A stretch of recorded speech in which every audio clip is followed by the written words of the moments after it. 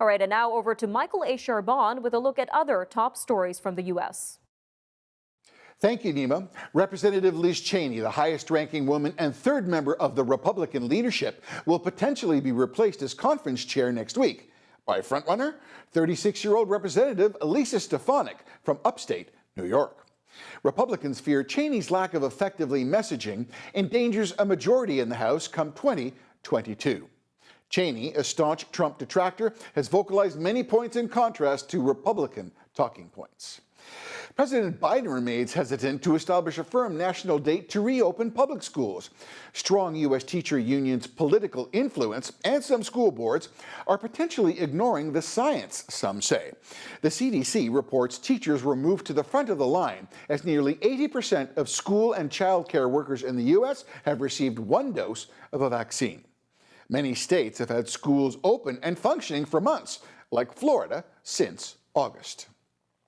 IBM, Microsoft, and a coalition of health technology organizers have established the Vaccination Credential Initiative to develop a voluntary opt-in digital app, as many U.S. universities, cruise ships, and corporate institutions require confirmation of vaccination. The World Health Organization is against such an app as they cite equity problems. As President Biden continues to visit cities across America, selling his infrastructure proposal, Vice President Harris, the administration's U.S.-Mexican border lead in stemming migration, has yet to physically visit the border.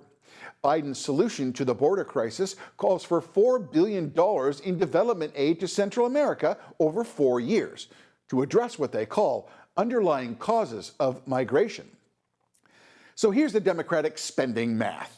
$1.9 trillion for the American Rescue Plan, $2.65 trillion for the American Jobs Plan, and $2.5 trillion for American families, which adds up to $7.05 trillion of spending to be paid for by taxing the wealthiest Americans and increasing the corporate tax from 21% to 28%.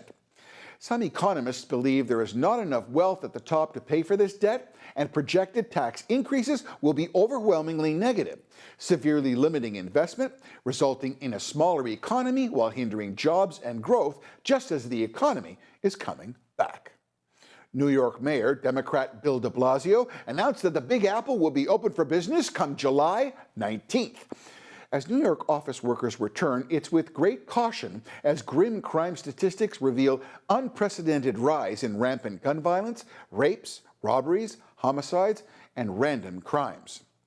Many New Yorkers attribute the alarming crime stats to de Blasio's $1 billion defund the police efforts. November 2021 will see New York City elect a new mayor, as de Blasio is barred from running due to term limits. And finally, Nima, if you're thinking of going below the 49th for our Broadway show, the famed Theater District will be open in September, as they need time to rehearse and get the theaters and actors back into the groove. Gotta love Broadway. Back to you, Nima.